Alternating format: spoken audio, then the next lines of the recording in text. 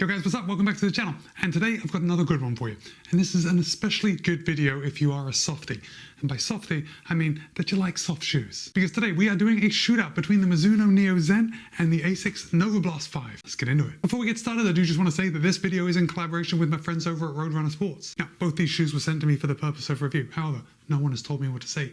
No one has any editorial privileges, and all the thoughts and opinions are my own. With that said, you're going to be able to pick up a pair of the ASICS Novablast 5 for $140 and the Mizuno Neo Zen for $150. And of course, you can head over to Roadrunner Sports and pick up both of these, and I will place the links in the show notes below so it's nice and easy for you. So right off the bat, we know that there is a $10 difference. The Neo Zen is $10 more than the Novablast 5. Now, although these shoes are very comparable, there are some distinct differences that are going to tilt you one way or the other. So let's get started with the Mizuno Neo Zen. And the Neo Zen has 40 in the heel, 34 in the forefoot for a 6mm drop, and the ASICS Novablast 5 has 41.5 in the heel, 33.5 in the forefoot for an 8mm drop. So 8mm drop, 6mm drop. Now, in a US men's size 9, ASICS claims that the Novablast 5 will tip the scale at 9 ounces even, or 255 grams. However, in my size, a US men's size 13, the Novablast 5 will tip the scale at 10.7 ounces, or 303 grams. Moving over to the Mizuno Neo Zen. In a US men's size 9, Mizuno claims that it'll tip the scale at 7.9 ounces, or 224 grams. And in my size, a US men's size 13, it'll tip the scale at 10 ounces even, or 283 grams. The Mizuno Neo Zen is 20 grams lighter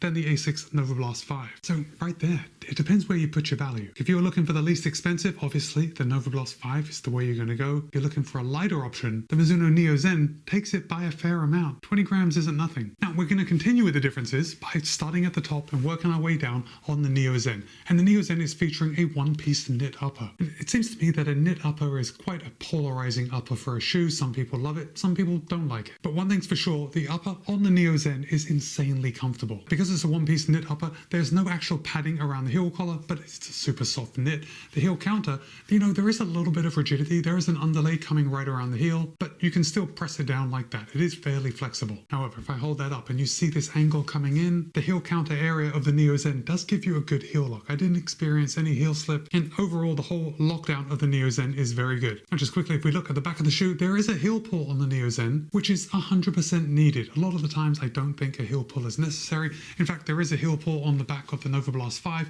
and I don't know, like, it's really not needed. On the Novablast 5, it's kind of a want to have rather than a need to have. On the Mizuno Neo Zen, this is definitely a need to have, because with this one piece knit upper, the shoe can be quite tight to get your foot in. Because everything's so soft around this heel collar and heel counter, it makes it so much easier to just grab onto that heel pull and wrench the back of the shoe over your heel. It works well. Now, on the other side of the coin with the Novablast 5, this is a very typical daily training running shoe. Oh, and before I go any further, I should tell you that both of these are daily trainers. Fairly light daily trainers, but they're daily trainers nonetheless. These are the shoes that you are just going to load up with miles, and they're going to be comfortable for most of the runs that you do. Okay, so as I said, on the flip side, from the Neo Zen, we have the Novablast 5, and look at this heel collar. It's super plush, very padded. Now, I don't know how you feel about such a plush heel collar padding, but generally I'm not a fan. I like to see it a little slimmer than this. However, you can't take away that a lot of padding leads to a lot of comfort, and the Novablast 5 is still very light. I think ASICS is really focusing on comfort with a heel collar like this, and it works. It's a very comfortable shoe. Now remember, we had that fairly floppy heel counter on the Neo Zen. On the Novablast 5, the heel counter is extremely rigid. So if you find that a rigid heel counter is something that you need to stop heel slip, then the Novablast 5 may be worth looking at. As far as overlays go, yeah, there really aren't many on either shoes, but the ASICS Novablast 5 has less. The ASICS logo on both the lateral and the medial side are both sublimated. We have an underlay coming around the toe box, and then there is just a little bit of reinforcement coming along the eyelet chain. The lower 4 eyelet chains, or lower 2, but 2 on each side, being a shock cord style lace loop. And then it gets to be more traditional as we come to the top. If we come over to the Neo Zen, yeah, it's a lot more of a traditional lacing system, at least traditional when you consider it's a knit upper. And with the overlays, we have the Mizuno running bird here on the lateral side. On the medial side, it's nice and big, but it's super light. It's really not adding much weight at all. And then we have a little bit of reinforcement coming around the toe box. And then of course that knit upper just has different knit patterns within the upper to give it a little bit of structure. And you can really see that, because if it didn't have that structure in the knit upper, the whole upper would kind of just collapse on itself. And we can see that it is standing up nicely. Let's talk about sizing just quickly, because the ASICS Novablast 5 does fit true to size in a way. And the Mizuno Neo Zen, I think you really have to go down at least half a size. In fact, I think I could probably go down a full size in the Neo Zen and I wouldn't run into too many problems, but definitely half a size down in the Neo Zen. Now, I say true to size sort of with the ASICS Novablast 5, and that's because it is a very high volume shoe. And this is where the Neo Zen and the Novablast 5 really compare well because they're both very high volume shoes. Now, typically I don't have a very high volume foot, so when I put my foot into a shoe like the Novablast 5, I am cinching those eyelet chains close together. It does feel like that when my foot is in the Novablast, if my foot was to swell ridiculously, my foot would still fit very well inside the Novablast 5. The same thing goes, if not more so, with the Neo Zen. Now, because we've got a knit upper, there is a lot less room to kind of manipulate the upper and make it fit your foot. So if I hold this up, you can see that knit upper is kind of overlapped there in the middle, right in the middle of the eyelet chain. So of course it's a one-piece knit upper. When I pull it around my foot, there's nowhere for it to go because it's just one piece in the middle. On the Novablast 5 and a more traditional running shoe, you can see that the two sides of the upper have room to meet in the middle, and then the tongue is underneath them to stop the lace bite. On the knit upper, you get rid of that extra room, so the material has to bunch in the middle. While I'm typically not a fan of having my knit uppers kind of overlap in the middle, I can't actually say that it made too much difference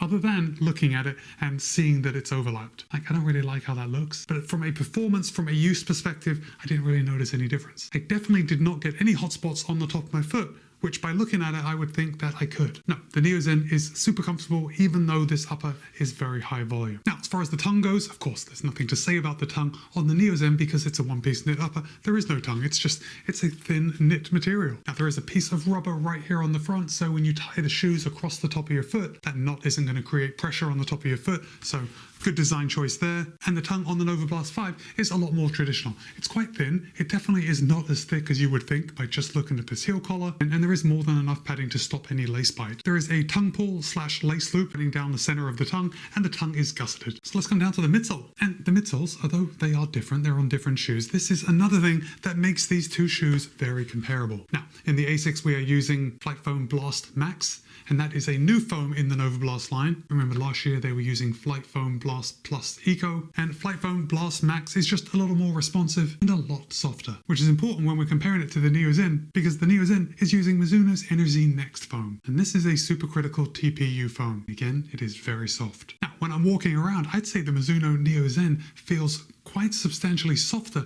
than the Novablast 5. However, these are running shoes, and it's unlikely that you are going to be walking around in them. Right, you're going to be taking these out for a run. But even though the Neo Zen does feel softer when you're just walking around, when I take the durometer and I make a couple of measurements here on the heel, it's still the same, 25.5, 25. Now let's come over to the Novablast 5. Try again on the back, 5, 25. It's almost surprising. As far as the durometer reading goes, these two foams are very close to identical in softness. And yet, when you are just walking around, not running, when you're walking around, the Neo Zen feels a lot softer. So let's talk about the ride. Because the ride of the Neo Zen, it's quite adaptive, in my opinion. Like when I'm running really slow, it feels soft. Then as you start picking up the pace, it's almost like the compound firms up a little bit to make running at speed a little easier. No one wants a really super soft shoe when you're running fast. I think Mizuno has done something well with the Energy Next foam because it allows you to run slow and have a soft ride, and then it firms up as you get faster. The Flight Foam Blast Max in the Novablast 5 is a little more traditional in the way that there is no really noticeable change in the durometer as the run starts. It feels firmer than the Mizuno Energy Next at slower speeds, and it's very similar to the Energy Next at higher speeds. In fact, I did take both these shoes out with one shoe on each foot, and it was very difficult to tell the difference between the two shoes when I started picking up the pace a little bit. They are both somewhat responsive and provide a soft ride. Okay, we'll come back to ride in just a second, but let's just come down to the outsole rubber. And we can see here on the bottom of the ASICS Novablast 5, ASICS is using AHA Low, and also up here on the forefoot, ASICS is calling this, it's trampoline inspired. So when you roll through your gait, you're going to be bounding off like you're on a trampoline. I don't know about that. I mean, it feels soft like a trampoline, but I don't know if it's throwing me forward like one. If we look at the bottom of the Neo Zen, we can see we have a good amount of outsole rubber coverage, and it just seems when I'm running that this rubber compound on the bottom of the Neo Zen feels slightly softer, at least in comparison to the outsole rubber on the Novablast 5. As far as wear goes, the wear on both of these shoes are almost identical. I'm getting just a little bit of grazing here on my lateral heel edge, although I have had the Neo Zen quite a bit longer than I've had the Novablast 5, and I'm surprised I'm not seeing more wear on my lateral heel edge. I'm seeing a little bit of wear up here on my forefoot of the Neo Zen, which obviously that's going to be from rolling through and towing off, and then on the bottom of the Novablast 5, yeah, it looks like I'm seeing a little bit of wear right up here on the trampoline area. But what I am impressed about on the Novablast, again, same with the Neo Zen, is how much little wear I'm seeing on my lateral heel edge. Yeah, it looks good. I am seeing a little bit of wear here on this exposed midsole foam. That's just where this center cavity just collapses when my foot hits the ground, and then that outsole rubber just touches the ground and grazes it. That's not going to make a difference to performance. So which shoe is right for you? The Mizuno Neo Zen or the ASICS Novablast 5? And let's just pretend they're the same price, because I think there are some differences that make the Neo Zen worth that $10 premium over the Novablast 5, and that's especially because of the weight savings. But as far as the upper and the ride goes, both these shoes are going to appeal to runners that like a softer ride. If you favor a firmer ride, I am going to steer you away from both of these options. They're not for you. If you like a nice protective feel in your daily trainer, a ride that is smooth and not too aggressive, then both of these are going to be a good option. I think if weight is your primary concern, then obviously the Neo Zen is going to be the one to pick. And if you are not a fan of a one-piece knit upper, I think the Novablast 5 is going to be the one that you should pick. But either way, I can say with confidence that whichever one you choose, you are going to be enjoying your run in these shoes. So now I want to hear from you. If you run in either the Neo Zen or the Novablast, now this is the first year of the Neo Zen, but this is the 5th year of the Novablast. So if you've run in a previous Novablast, how do you feel about them softening up the foam? And of course, if you don't already have them, are you thinking of picking up a pair of the Mizuno Neo Zen or the ASICS Novablast 5? But for now, it's Matt B. This has been a shootout between the ASICS Novablast 5 and the Mizuno Neo Zen. Be kind, be happy, run well. See you in a couple of days.